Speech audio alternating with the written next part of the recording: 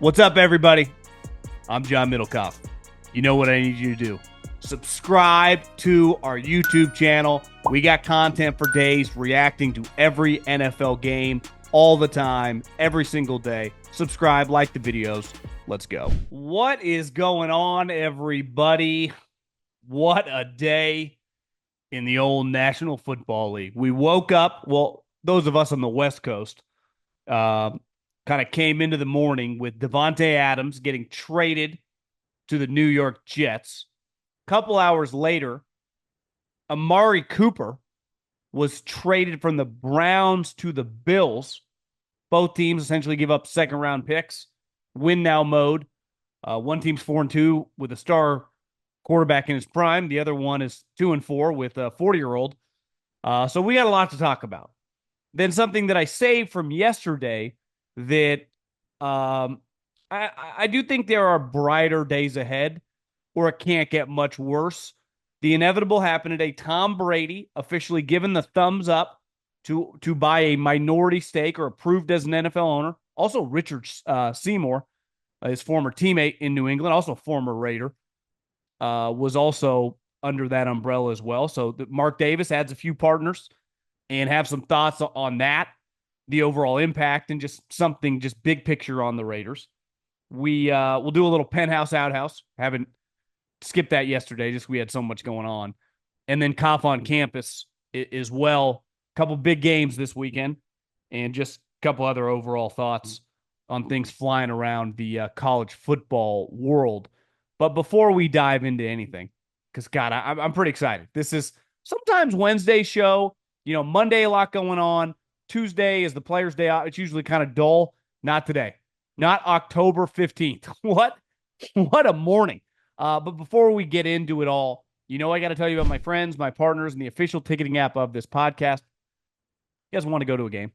You guys want to go enjoy yourself? Go to an NFL game. Go to a college football game. Go to a concert. Go to a comedy show. Get out of the house. Have a few drinks. Take a friend. Take a loved one. Take a father. Take a mother. And just go have a good time. We'll do it on us, because at game time, you can go to any sporting event, college or pro. Search by venue, search by the team, any concert, search by the artist, search by the venue near you, look by price point. They got flash deals. It couldn't be any easier to use. Here's what I need you to do, though. Take the guesswork out of buying tickets with Game Time. Download the Game Time app, create an account, and use the code JOHN for $20 off your first purchase. Terms apply. Again, create an account and redeem the code JOHN for $20 off. Download the Game Time app today. Last minute tickets, lowest prices guaranteed. I love the baseball playoffs. I think they're just fantastic theater. The intensity of the crowds, the bright lights, all the star players. And baseball has always acted as a sport where you could just buy an individual player, right? If you just want to, or trade for one. You name it. Pedro Martinez, Randy Johnson, Juan Soto. I mean, just look around the guys right now that are playing in the playoffs. You can get a premium player, Giancarlo Stanton, and just insert him. It's literally plug and play. When I was a kid, one of my favorite sporting moments, the Giants signed Barry Bonds. Changed the franchise. It is the easiest sport to buy a great player and just put him. He just goes to left field. He just becomes my ace. I just put him at catcher. I bat him third. I bat him leadoff, whatever. Mookie Betts, right? Shohei Ohtani. Chemistry does not matter. There is no schemes. You get up there and you try to hit the fucking ball hard. You're on the mound, you try to mow guys down. It's very black and white. Basketball is somewhat in the middle. Chemistry and cohesion matters. But if you get enough star players who are in the prime of their career, you can figure it out. It's not baseball, but it's definitely not football. It's going to be impossible to suck if you get enough guys who can play. Football, though, I would say historically, big names become that over time on the team that drafted them. And for the most part, the best teams don't always get the best headlines when making player acquisitions. For the last 20 years, the team, especially in the 2000s, the team that by far always won the offseason was the Washington Redskins and Dan Snyder. And they always sucked. For 20 plus years, give or take a move here or move there, a team that we constantly laughed at their offseason because they didn't make headlines was the New England Patriots. They went to 9 Super Bowls and they won 6 of them. Football is not Hollywood. I don't need Denzel or Leonardo DiCaprio to sell my movie. I just have to win. And I don't need to get a famous player who has done a lot and who could be trending the wrong way just to move the needle. Because it might do that in March or April when you sign Tyron Smith, who looks like he can't play anymore. Great player, future Hall of Famer probably. He's done. Or Mike Williams, a guy coming off major injuries. He's already on the trading block. But in the offseason, that gets you a lot of credit. People go, look what they're doing. Because at the end of the day, my question for you always is, who's your coach and staff, and who's your quarterback? And obviously the coaching staff for the Jets is a major question mark. And as they go to play this weekend against the Pittsburgh Steelers that have Mike Tomlin and Arthur Smith, they're at a disadvantage. Just like they were Monday night against Sean McDermott and Joe Brady. They will be at a disadvantage against any team they play who is any good. And today they trade for Davante Adams. And everyone's like, oh my God, whoa. This feels like an NBA team who is trading for older stars making headlines. But at the end of the day, they're 2-4 for a reason. They're not very good. And the quarterback that all their success hinged on, at least we thought because their defense was great, it's not anymore, is not the same player. And when you watch that Patriot game on Thursday night, you're like, damn, he looks pretty good. And then he started getting hit. And he started looking his age, which is very understandable. But this is a headline that goes, oh my God, you add him with Garrett Wilson and Breece Hall and all these other. Their offensive line is more than shaky. Aaron Rodgers, can he stay healthy? One, he can't run away when there's pressure anymore. And this notion that Davante is just going to be a plug and play because they once played with each other, to me is pretty laughable. It's not exactly how it works. So I don't like this move. I understand why they did it. All their chips are in the middle of the table. This is a desperate team that will do anything to win now. But they're not winning now. They're literally losing now.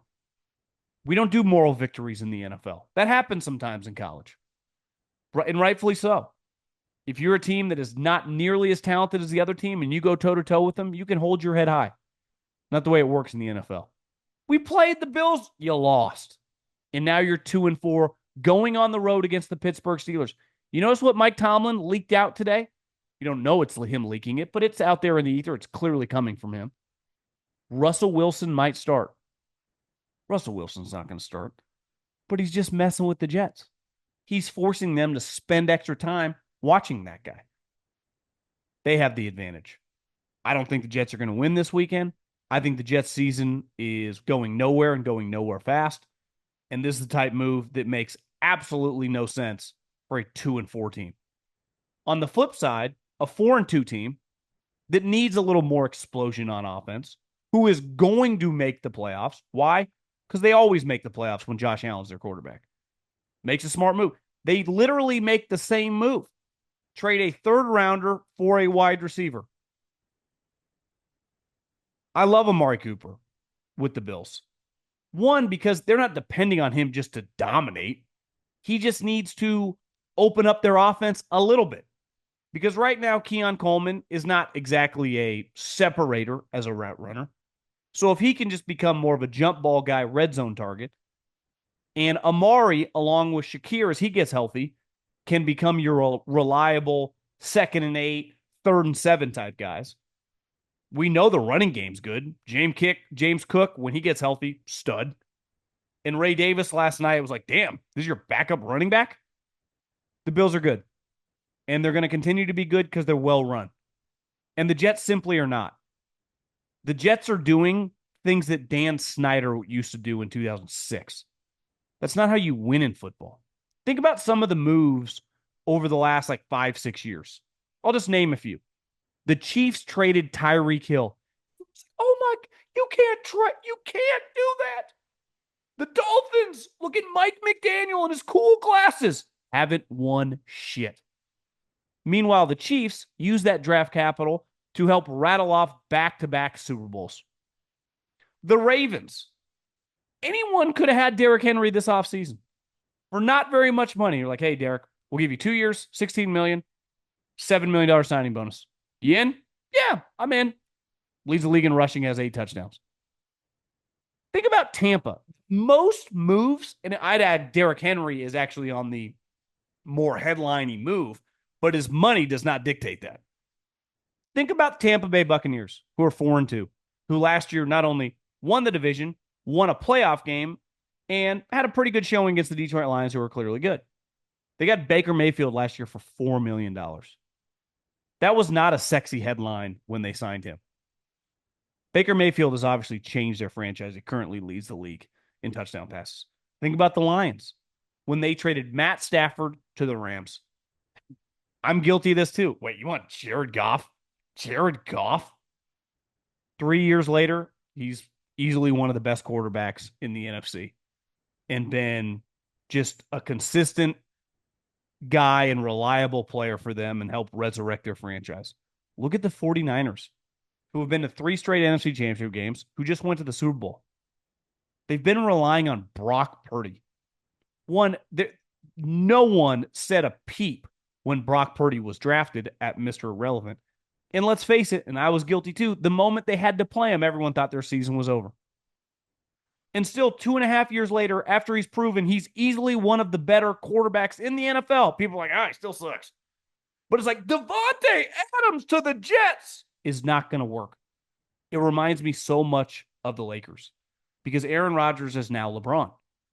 And Woody Johnson, a lot like Jeanty Buss, rich kids. Now, they're both old, but they were born into wealth. They were born into this great life, and they were, Woody technically bought the team, but it was with his family's money. It's like he fucking earned it. And Jeanty was handed it when his dad died. They have no clue what they're doing. They're bad owners. There are people you bet against. Now, Jeanty got a little lucky that LeBron was interested in moving to LA. Had nothing to do with her or the franchise.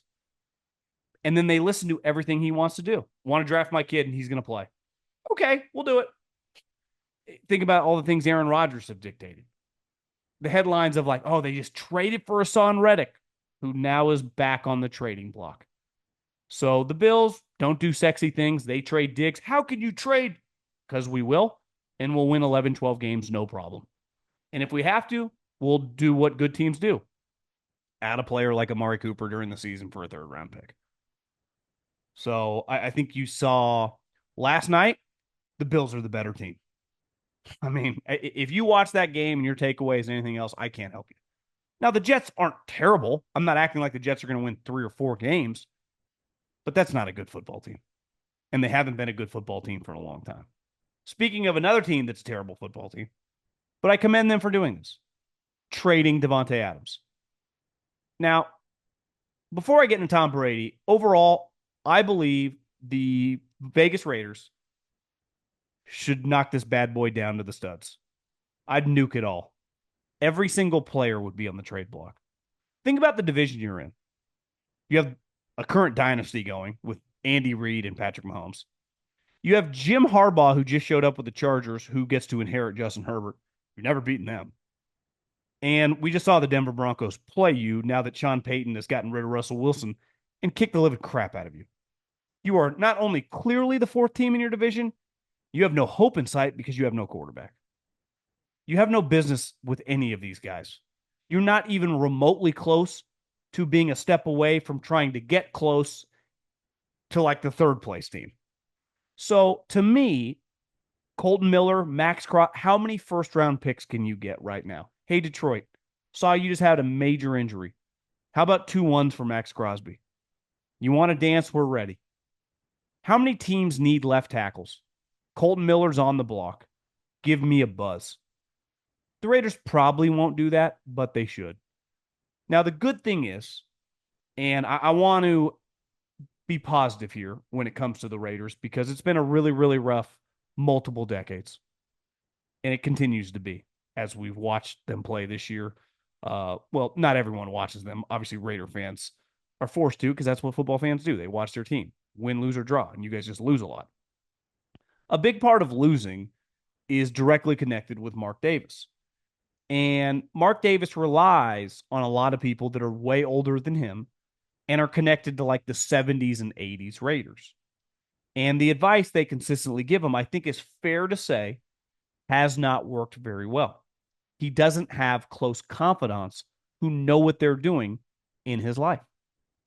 And now, when Tom Brady buys a minority stake, and let's face it, anyone telling Reggie what to do, or excuse me, not Mark Davis what to do, like once upon a time, some of the Ron Wolf and some of these people gave him Reggie McKenzie. Everyone has an agenda. Everyone has an angle to what they're telling him. Well, now when he gets in bed with Tom Brady as a business partner, they're on the same page. They both have the same goal. Like they are financially invested in the Raiders winning. So when Ron Wolf says, hire Reggie McKenzie, yeah, it makes him look good because that was a Packer guy. Makes that whole crew of executives look like they're just pawning people off to be GMs. Tom Brady doesn't care. Like Tom Brady the Raiders win, the team goes up in value. He one day can own the thing and it goes well. So to me, now he has a guy. Now, I'm not saying Tom Brady has all the answers. He's only been a player. He's never been a coach or an executive. But he can give a very, very unique perspective of being with a team that did things the right way and obviously knows how to win and build the team at the highest level. So Mark Davis now has a guy who has the same incentive as him. When the Raiders win, they both financially benefit. Not some agenda of like, I'm not financially invested in this, but if you hire my guy and I'll keep my fingers crossed it works, makes me look good. Those days are over. Or this is how we would have done it in the 70s, 2024. So I think adding Tom Brady as an owner, I don't know if it's going to work, but what has been happening hasn't only not worked, it's been a disaster. So I think the number two person to benefit the most, Mark Davis definitely benefits the most, because now he just has someone real credible and has recently been invested into the NFL. Especially, I think what benefits Tom is also going to the Tampa Bay Bucks, seeing something a little different, is the Raider fan. Because it doesn't get any worse. It really doesn't. A couple years ago, you trade for Davante. It was cool. I'm not going to lie. When I saw the Adam Schefter tweet, I'm like, this is badass. And then it completely fails. He had some stats, had a couple 100 reception years, but it meant nothing. The team just stunk. They were completely irrelevant. And it doesn't seem whoever is hired as head coach, any general manager, any player traded for or traded away from the team, nothing ever works. And at least now with Tom and even Richard Seymour, that Mark can just get some people to have conversations that just have the same exact agenda as him. What do we need to do to try to win on Sundays? And I would say this, Tom Telesco and Antonio Pierce have to be in a little trouble. I'm not saying they're going to get fired this year, but like, do you feel good as a fan or if you're Mark Davis with that combo against the people you have to beat in your division? How can you? How can you? So I think changes for the Raiders, buckle up. I'm not saying they're going to trade everybody, but if you're Tom Brady, that would be my number one piece of advice. The roller coaster of an NFL season is moving right along, and it promises to be a month full of tricks, treats, and of course, touchdowns. At DraftKings Sportsbook, an official sports betting partner of the NFL, is the number one place to bet touchdowns. Running it from the one or an 80-yard bomb. We don't care how they score touchdowns. We want to bet on them. DraftKings heard us and is delivering. Ready to place your first bet? Try betting on something simple, like a player to score a touchdown.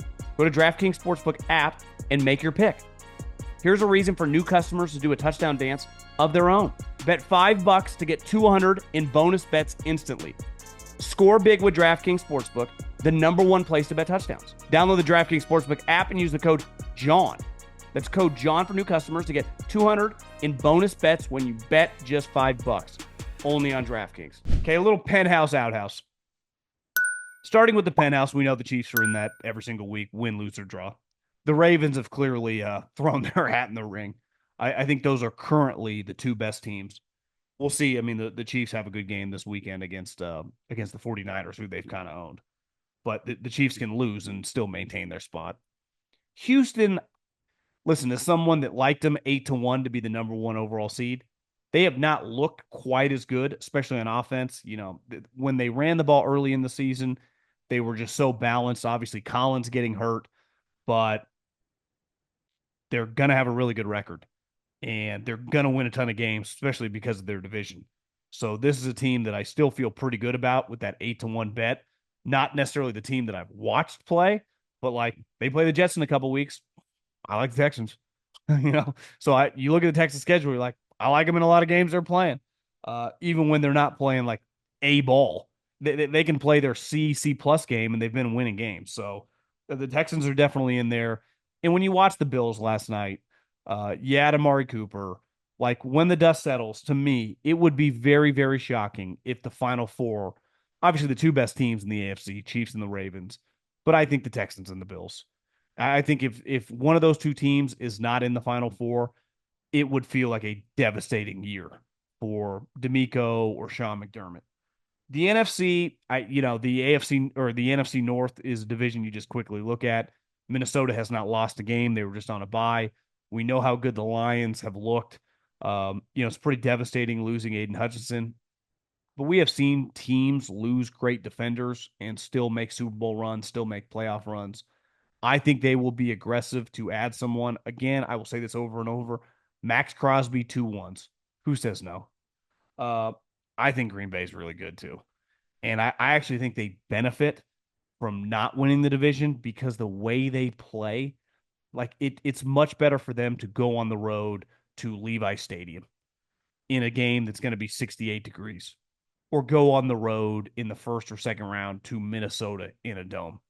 Like that benefits them because of their team speed. It's going to be really interesting as all these teams play each other. Minnesota, Detroit play each other this weekend. Obviously, the Bears, who I can't put in yet. Now, if they beat some of these teams, like I got no problem putting them in. But I want to see. I am not saying Bears fans shouldn't be excited. The last 2 weeks shouldn't be awesome. They'd be incredible. You were never having those performances with Justin Fields. But for me to take you seriously as like a NFC contender or even a team that could make the playoffs, I gotta see play the good teams. And if you just go 2-4 in your division, you're gonna be in pretty good shape when I look at your schedule. So I think I put those three teams in. And to me, San Francisco, couple freak losses. They should be 5-1, but they lost the games. And then you watch them last week against Seattle. It's like, okay, can you guys get your shit together? Now, I'm not putting them in quite yet, but you play the Chiefs at home. Like, it's kind of time to get the monkey off your back. I think the Outhouse, the NFC, to me, it's just Carolina. And honestly, they have been much more competitive with Andy Dalton. So you look at most of the NFC teams, even the bad ones like the Giants, they're not that bad. Like the Cardinals can get worked, as they just did against Green Bay, but they also can look really good. The Rams, like they're not an outhouse team. They're a team with a million injuries. We know when they're healthy, they're pretty solid. So I actually think the NFC top to bottom is better than the AFC because there are some teams in the AFC that are terrible. I mean, the Jags could lose by 20 points to literally anybody. Their defense is atrocious. Their offense is all out of whack. The Patriots are even worse than the Jags. They're god awful. And I know he threw some touchdowns in the second half, and it was cool. And if I'm a Patriot fan, I'm not putting it in context. Well, it's like second half, we're getting who cares? Just give me a couple touchdowns on a weekly basis, keep losing, give us a high pick, and we trade it for hopefully a haul, and we try to build around Drake May.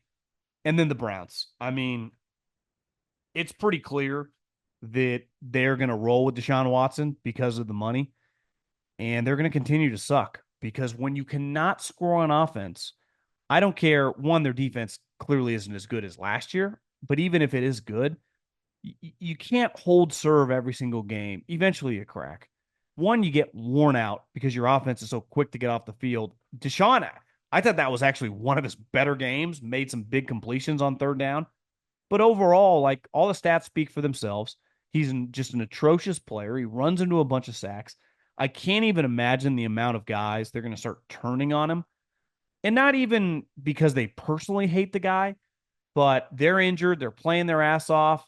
They're solid players. And you got this guy who should be benched and is not being benched.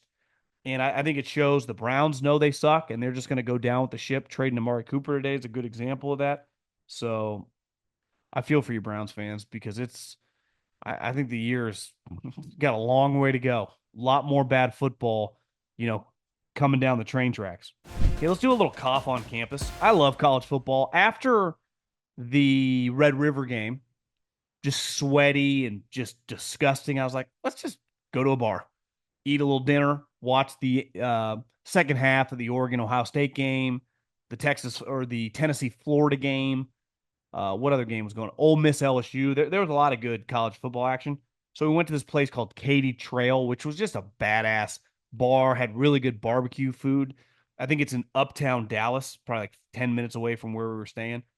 And it was really cool. And there's nothing like that college atmosphere that was on full display at the game I was at. Obviously, Oklahoma's not very good, but Texas really is. Their team, watching them live, one, where they warmed up was we were pretty close. The size of some of their linemen was pretty eye opening. Obviously, their offensive line is really good. They have some serious difference makers on the defensive front and at linebacker. They have multiple wide receivers who are clearly NFL guys. Their running back is a stud. My only question for them is quarterback. And the good thing for them is like every contender has a question mark at quarterback. Will Howard actually played pretty good against Oregon. So if he's going to play like that, they definitely can win the national championship. But, Oregon, Dylan Gabriel, solid player. But I don't think there's much of a difference between Quinn Ewers and although it's not like one team has, the equivalent of like what Baker Mayfield was in college or something like super, super high end. I don't think Quinn Ewers, in my opinion, is a high pick, but things can change. If he plays well, I'd be hard pressed to see Texas losing a game just because now it's not like I've seen Ohio State live, but I that sure looked like a national championship team to me. It just comes down to the quarterback, who was clearly a little rusty coming off an injury, threw a bad interception. To me, he's just a little hit or miss throwing down the field. But the great part with the talent they have is like you can throw like, you know, jailbreak screens and guys can take it 40. You can just run the ball and a dude can take it 50 yards. I mean, they just got game changing players. And the thing with Sark is like we've known for a while, he's good on offense. He can really score points. It was defense. Their defense was just really shitty. Well, now their defense is good. They average allowing under 10 points a game. Like their defense is top notch. So I was blown away. And if I'm a Texas fan, like Ohio State fan, and I think now Oregon fan, I think anything less than being in the national championship game would feel like a disappointment. It really would. Definitely for Ohio State and Texas. You could probably, like, if Oregon were to lose to Ohio State in the Big Ten championship and win a playoff game and get to the Final Four and, like, lose to Texas in a barn burner, it'd be a pretty fun year. Like, I'm not going to act like that would be a huge letdown. It would suck at the time. But I think anything less than a natty or Texas and Ohio State, which I would imagine most people would put in the national championship game right now, will just feel like a disappointment. And, this weekend you get Georgia at Texas. I would expect Texas to win this game by 10 plus points. I just don't think Georgia's that good. And this place is going to be going bananas in Austin. So I think Georgia's in major, major trouble. And the other game is Bama at Tennessee. And, 3 weeks ago, was it 3 weeks ago?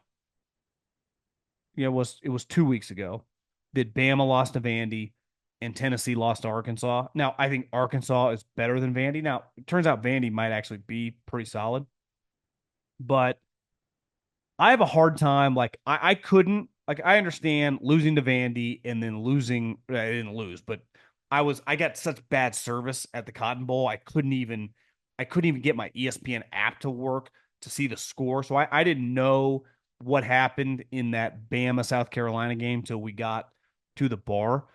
But obviously, I liked him a lot in a bounce back spot, but I'm very nervous with this transfer portal. Like this isn't 2017 where these great teams after an awful loss come back and kick ass. So I don't know. I mean, to me, there's a coin flip game. It's weird though that Georgia, who Bama beat Georgia, like we saw them play.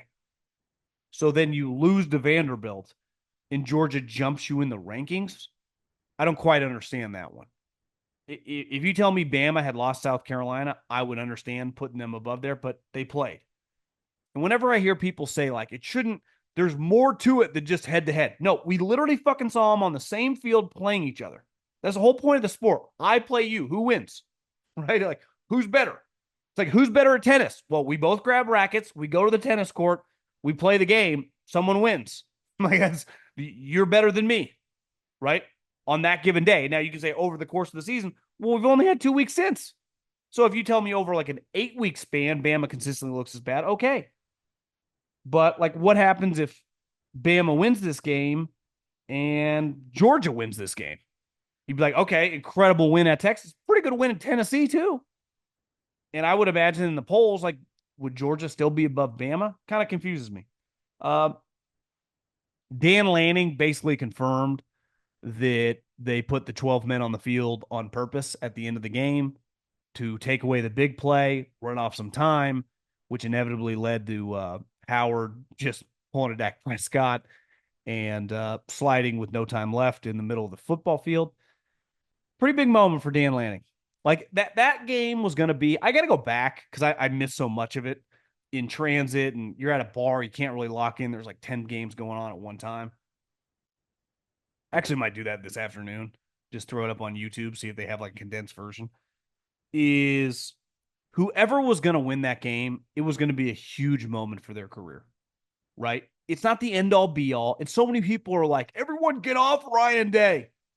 Look at his record. Okay. He beats the crap out of a lot of bad teams. Like the majority of teams he plays are just not very good. Like the beating the Wisconsins and the Purdues and the Minnesotas, you get no credit for that. Beating Penn State recently honestly hasn't been that impressive either. Their offense is putrid. Now, if you beat Penn State this year, I'll tip my hat to you. They're clearly a lot better. But I've seen you play Michigan the last several years. You got curb stomped.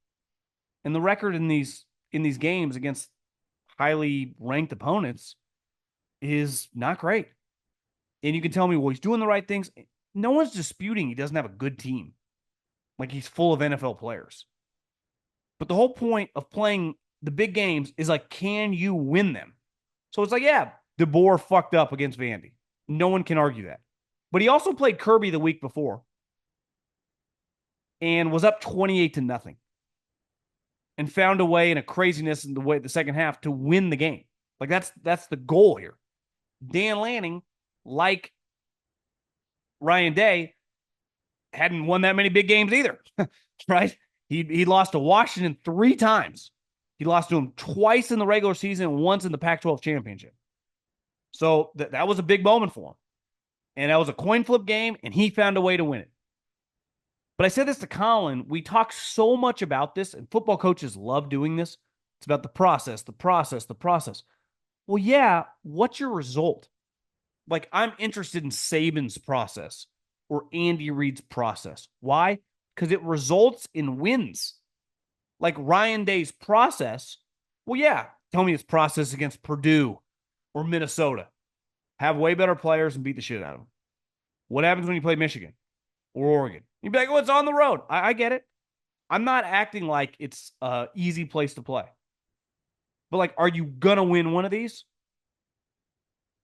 Because I think any defender of Ryan Day would say, yeah, inevitably he will.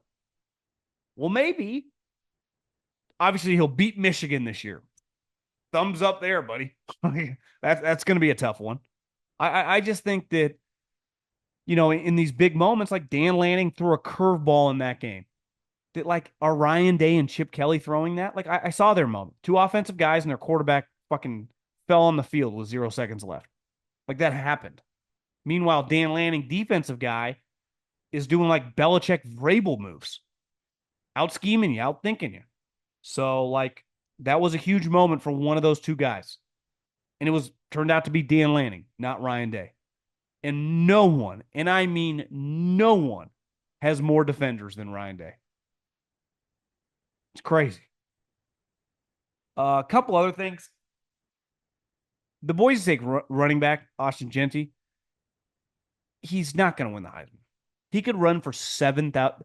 The Heisman committee, they wouldn't give the trophy to someone at a school like Boise State. They would cancel the trophy. He might be the best player in college football, pound for pound. He has no chance to win it. He really doesn't. And you could argue that's sad. It's reflective of like what's the whole point of this if we're not giving it to the best player? Travis Hunter, even to get it at Colorado, basically had to play 90 snaps a game. Boise State guy's not getting it, which to me, I agree with anyone listening. Like it's kind of stupid, but they're just not doing that. And last but not least, Cam Rising. I was watching on what was it, Friday night at the hotel. We got into Dallas, and we are just gonna go to bed early. And I was watching some of the Utah Arizona State game, and that was that kind of legendary post game interview of Kenny Dillingham, the Arizona State coach, who gets a huge upset. Arizona State's actually not bad at all this year. He's being interviewed on the field, and just, he's an Arizona State alumni. He didn't play there, he was just a student. And he starts jumping up and down with all the students, and he just disappears into the night. It was an incredible moment. It was also, I fell asleep before like the fourth quarter. But in the first half, at one point in time, I remember Utah was on offense, and they flashed Rising's numbers. He was like 2 for 9 with a pick. He looked atrocious. I mean, it was crazy. Now, Utah's backup quarterback, who's also started games when Rising was out, I think his first name's Isaac, but it's Zach Wilson's brother. It's he kind of looks like him. He wears the Karate Kid thing on his head. We called Zach Wilson the Karate Kid. That's what Maria called him. So I just give his whole family because they all rock that kind of the bandana, and who's not very good either. Definitely wasn't good in his previous starts. That's a little different when you're coming off the bench. But I saw today the headline that Cam Rising, technically, he has a season-ending injury, could come back for an 8th year. If I'm Kyle Whittingham, if I just got good quarterback play this year, I'm probably undefeated. Like, I'm a really good team. Cam Rising cannot stay healthy. Under no circumstances can I allow him to do whatever it would be considered. The red shirts, it's over. Like, hey, man, we appreciate everything you've done. If it wasn't for the injuries, you would have been one of the better quarterbacks here in the history of the program. But this thing's over.